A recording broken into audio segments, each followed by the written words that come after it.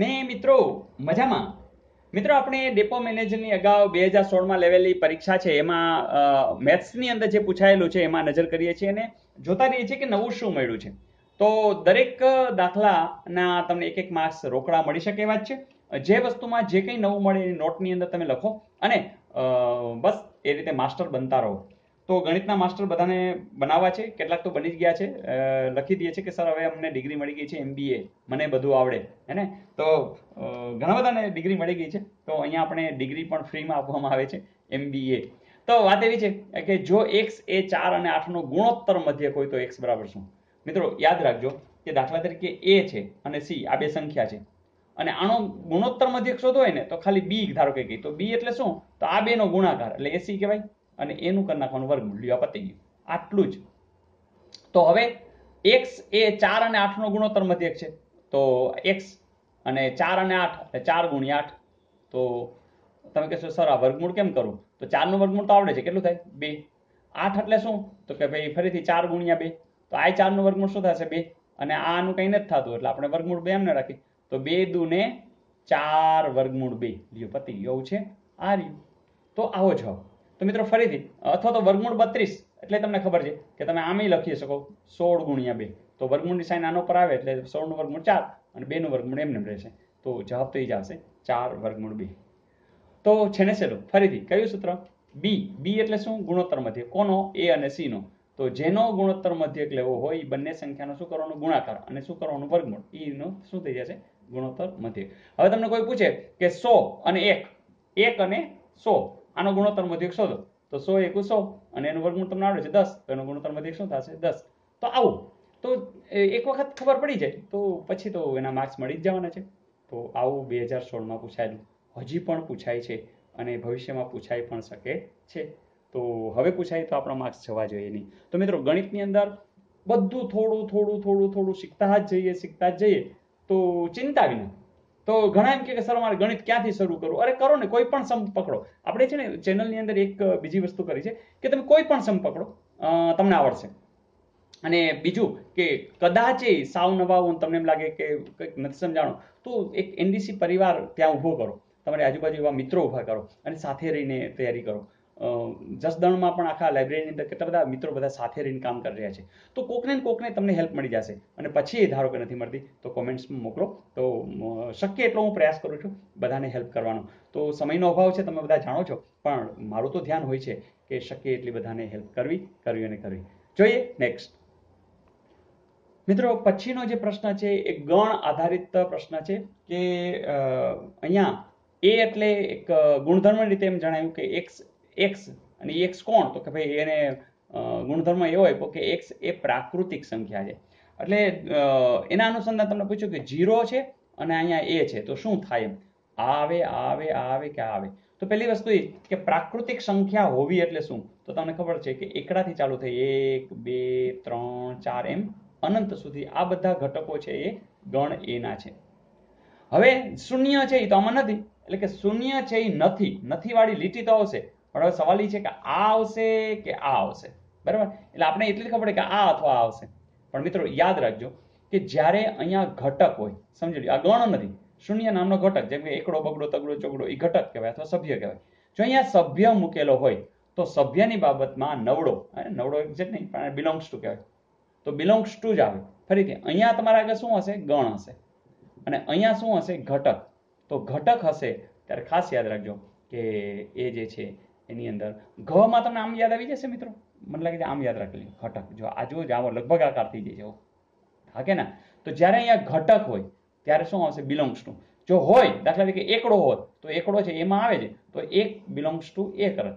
પણ જ્યારે -3 તો -3 ડઝ નોટ બિલોંગ્સ ટુ એ, એટલે એમાં આવેલ નથી. તો અહીંયા શૂન્ય પણ શું થશે? ડઝ નોટ બિલોંગ્સ ટુ એ. તો અહીંયા યાદ રહી ગયું. તો ફરીથી મિત્રો તો આ કેવી રીતના યાદ રાખવું તો એની આપણે શોર્ટકટ જરા જોઈ લઈએ. અહીંયા જ્યારે ખાલી જગ્યા હોય બરાબર ત્યારે બે જ ચાન્સ છે. અહીંયા તો ગણ હશે એટલે અહીંયા મૂકેલો ગણ હશે. અહીંયા ક્યારેક ગણ હોય અને કાં શું હોય? ઘટક હોય. તો બસ તો અહીંયા જ્યારે ગણ હોય અને આની અંદર વાત હોય ત્યારે શું થાય? દાખલા તરીકે આ જ વસ્તુ છે a બરાબર તો 1 2 3 આમ છે બરાબર, અને હું એમ કહું કે b બરાબર 1 2 અને 3, બસ આટલા જ. આ 1 2 3 4 5 6 7 8 છે, તો બી છે ને એનો ઉપગણ છે. ત્યારે મારે આ અને આની વાત કરવી હોય એટલે હું અહીંયા પણ શું લઈશ? ગણ. એટલે કે બી છે એનો ઉપગણ છે, અને ઉપગણ માટે ફરીથી યાદ તો રાખો ને, નામ યાદ રાખજો. તો આ જે છે ને આ, તો અહીંયા શું આવશે? ઉપગણ. બરાબર? એટલે અહીંયા લીટી નહીં આવે, તો આમ લખી શકાય. અને ઉપગણ ન હોય તો તમે આમ લખી શકો. દાખલા તરીકે સી બરાબર તમે 0 1 2 લ્યો છો, તો આખો ગણ આની અંદર સમાયેલો નથી, તો તમે શું લખશો? અહીંયા ગણ છે તો સી ઉપગણ એ નથી, સી ઉપગણ એ નથી. તો બસ આ એક યાદ રાખજો. હવે વાત આવી ઘટક. તો ઘટકમાં શું આવશે? Belongs to. દાખલા તરીકે હું બોલું કે 3 છે તો 3 બિલોંગ્સ ટુ એ. પણ હું એમ કહું કે -3 તો -3 ડઝ નોટ બિલોંગ્સ ટુ એ. તો ઘટક હશે ત્યારે તમને ખ્યાલ આવી ગયો બિલોંગ્સ ટુ, અને ઉપગણ હશે ત્યારે આ. તો ઉપગણ માટે આ યાદ રાખો, ઘટક માટે આ યાદ રાખો. તો મને લાગે છે હવે તમે શ્યોર હશો. તો જ્યારે પણ જે પૂછાય આપણો 1 માર્ક જવો જોઈએ નહીં. તો મિત્રો શોર્ટકટ યાદ રાખવાથી ક્યારેય ગડબડી નહીં થાય અને ભૂલાશે પણ નહીં, અને માર્ક આપણા રોકડા મળશે. તો મજા આવી? જોઈએ નેક્સ્ટ. મિત્રો ફરીથી ગણ આધારિત જ પ્રશ્ન છે કે જો NB બરાબર 3 અને 1 પછી આ શું આવશે? Less than NA less than 4, તો NA ક્રોસ B એટલે કેટલા? તો મિત્રો તમને કદાચ નવું બધું લાગતું હોય તો આપણે પહેલા તો એ જોઈ લઈએ કે આ n એટલે શું. તો અહીંયા B નામનો એક ગણ હશે, એની અંદર ઘટક કેટલા રહેલા છે. દાખલા તરીકે હું લખું B બરાબર 1 2 3, તો હું લખી શકું કે NB કેટલા ઘટક છે? 3. દાખલા તરીકે હું C બરાબર લખું 0 ને 1, તો તમને NC કેટલા મળે? તો કે 2, કારણ કે 1 ને 2 જ ઘટક છે.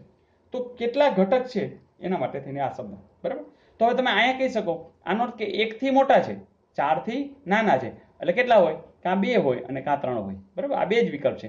તો 2 NA એટલે A બરાબર 2 ઘટક વાળો કોઈ હોઈ શકે, A બરાબર 3 ઘટક વાળો પણ હોઈ શકે, એવી કંઈક વાત છે. એટલે હોઈ શકે.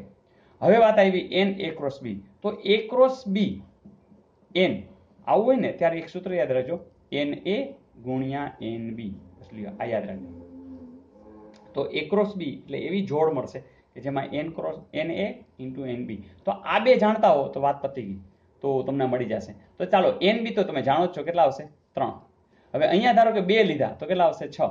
અહીંયા ધારો કે 3 લીધા તો શું આવશે? 3 તેરી 9. તો અહીંયા તમને બે વિકલ્પ મળે છે, 6 પણ મળી શકે, 9 પણ મળી શકે. તો એવો જવાબ પણ તમને આપ્યો છે, 6 અથવા 9. છે ને સહેલું મિત્રો? તો આટલી જ વાત કે જે વસ્તુ જાણો છો એનો સીધો ઉપયોગ. તો નવું મળતું જાય છે ને, તો નવું જે કંઈ મળે તમારી બુકની અંદર નોંધ કર્યા કરો. આપી દો હોમવર્ક. ચલો આપી દો મિત્રો.